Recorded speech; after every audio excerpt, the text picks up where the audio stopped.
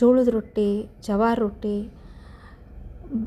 ಖಡಕ್ ಭಾಕ್ರಿ, ಸಾಫ್ಟ್ ಭಾಕ್ರಿ ಏನಂತಾರೆ ಹೇಳ್ರಿ. ರೊಟ್ಟಿ ಅಂದ್ರೆ ರೊಟ್ಟಿ ನಮಗೆ. ಡಬಲ್ ಡಿಗ್ರಿ ಇರಲಿ, ಇಂಜಿನಿಯರಿಂಗ್ ಆಗಿರಲಿ, ಮೆಡಿಕಲ್ ಆಗಿರಲಿ, ಏನೇ ಆಗಿದ್ರು ಡಬಲ್ ಡಿಗ್ರಿ ಇದ್ರೂ ಜೋಳದ ರೊಟ್ಟಿ ಮಾಡೋಕ್ಕೆ ಬರೋದಿಲ್ಲ ಅಂದ್ರೆ ಏನೋ ಒಂದು ಮಿಸ್ಸಿಂಗ್ ಅಲ್ವಾ. ನಾರ್ತ್ ಕರ್ನಾಟಕ ಮನೆಗಳಿಗೆ ಪ್ರೀತಿ, ಸಂಸ್ಕೃತಿ, ಆರೋಗ್ಯ ಈ ಮೂರನ್ನೂ ಒಂದೇ ತಟ್ಟ್ಯಾಗ ಕೊಡೋದು ಅಂದ್ರೆ ಜೋಳದ ರೊಟ್ಟಿ. ನಮಸ್ಕಾರ ರೀ ಎಲ್ರಿಗೂ. ನಾನು ಸೌಮ್ಯ ಪಾಟೀಲು. ಇವತ್ತು ನಮ್ಮ ನಾರ್ತ್ ಕರ್ನಾಟಕದ ಹೆಮ್ಮೆಯ ಜೋಳದ ರೊಟ್ಟಿ ಮಾಡೋದನ್ನು ತೋರಿಸ್ತೀನಿ. ಇದು ಕೇವಲ ರೊಟ್ಟಿ ಅಲ್ಲ, ಜನ್ರೇಷನಿಂದ ಜನ್ರೇಷನಿಗೆ ಬಂದಿರೋ ಟ್ರೆಡಿಷನ್ನ. ಇದ್ರಾಗ ಯಾವ ಮೈದಾ ಇರೋದಿಲ್ಲ, ಯಾವ ಪ್ರಿಸರ್ವೇಟಿವ್ಸ್ ಇರೋದಿಲ್ಲ, ಯಾವ ಆಯಿಲ್ ಇರೋದಿಲ್ಲ. ಜಸ್ಟ್ ಪ್ಯೂರ್ ಜವಾರ್ ರೊಟ್ಟಿ ಹಿಟ್ಟು ಮತ್ತು ಬಿಸಿ ಬಿಸಿ ನೀರು ಹಾಕಿ ಹಿಟ್ಟು ಕಲ್ಸ್ಕೊಂಡ್ರೆ ಆಯ್ತು ನೋಡಿರಿ. ಪರ್ಫೆಕ್ಟ್ ಜೋಳದ ರೊಟ್ಟಿ ಮಾಡಬೇಕಾದ್ರೆ ಹಿಟ್ಟು ಕ್ವಾಲಿಟಿ ಭಾಳ ಚಲೋ ಇರ್ಬೇಕು ರೀ. ಬಿಳಿಜೋಳ ಅಥವಾ ಬಿಜಾಪುರ ಜೋಳ ಯಾವ್ದು ಬೆಸ್ಟ್ ಐತಿ ಅದನ್ನ ಖರೀದಿ ಮಾಡ್ಕೊರಿ. ರೆಡಿಮೇಡ್ ಹಿಟ್ಟಿರೋದು ತರಕ್ಕೆ ಹೋಗಬೇಡ್ರಿ, ಕ್ವಾಲಿಟಿ ಚಲೋ ಇರೋದಿಲ್ಲ.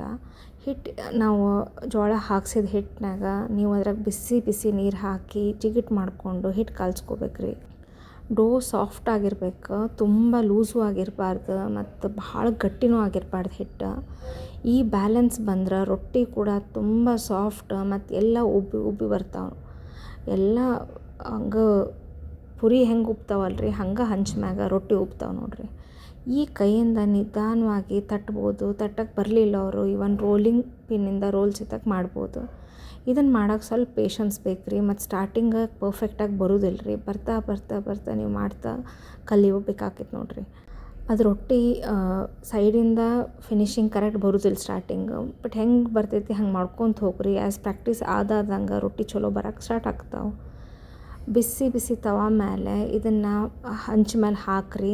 ಅದು ಹಿಟ್ಟಿನ ಸೈಡ್ ಇರ್ತೈತಲ್ಲ ಆ ಕಡೆ ಸ್ವಲ್ಪ ನೀರು ಹಚ್ಚಬೇಕಾಕೈತಿ. ಒಂದು ಚಲೋ ಒಳ್ಳೆ ಬಟ್ಟೆ ತೊಗೊಂಡು ನೀರು ಹಚ್ಚಿರಿ. ಇದು ಆ್ಯಕ್ಚುಲಿ ಒಲೆ ಮ್ಯಾಗ ಮಾಡಿದ್ರಂತೂ ಇನ್ನೂ ಟೇಸ್ಟಿ ಬರ್ತೈತೆ ರೀ. ಬಟ್ ಈಗಂತೂ ಒಲೆ ಆಪ್ಷನ್ ಇಲ್ಲ. ನಮ್ಮ ಸ್ವಲ್ಪ ದಿನ ಗ್ಯಾಸ್ ಪ್ರಾಬ್ಲಮ್ ಆಗಿತ್ತಲ್ಲ, ಸಿಲಿಂಡ್ರ್ ಪ್ರಾಬ್ಲಮ್ಸ್ ಆದಾಗ ನಾವು ಒಲೆ ಮ್ಯಾಗ ಮಾಡಿದ್ವಿ ರೀ. ಭಾಳ ಚಲೋ ಎಲ್ಲ ರೊಟ್ಟಿನೂ ಉಬ್ಬಿ ಉಬ್ಬಿ ಬರ್ತಿದ್ವು, ಭಾಳ ಟೇಸ್ಟಿನೂ ಆಗ್ತಿದ್ವು. ಈಗಂತೂ ಆಪ್ಷನ್ ಇಲ್ಲ, ನೀವು ಗ್ಯಾಸ್ ಮ್ಯಾಗ ಮಾಡಿರಿ. ಬಟ್ ಆ ಸ್ಮೆಲ್ ಆನೆಸ್ಟ್ಲಿ ನಾರ್ತ್ ಕರ್ನಾಟಕ ಜನರಿಗೆ ಅದು ಒಂದು ಎಮೋಷನ್. ಮನೆಯಲ್ಲಿ ಹಸು ಡಬಲ್ ಆಗೋದು ಗ್ಯಾರಂಟಿ ನೋಡಿರಿ.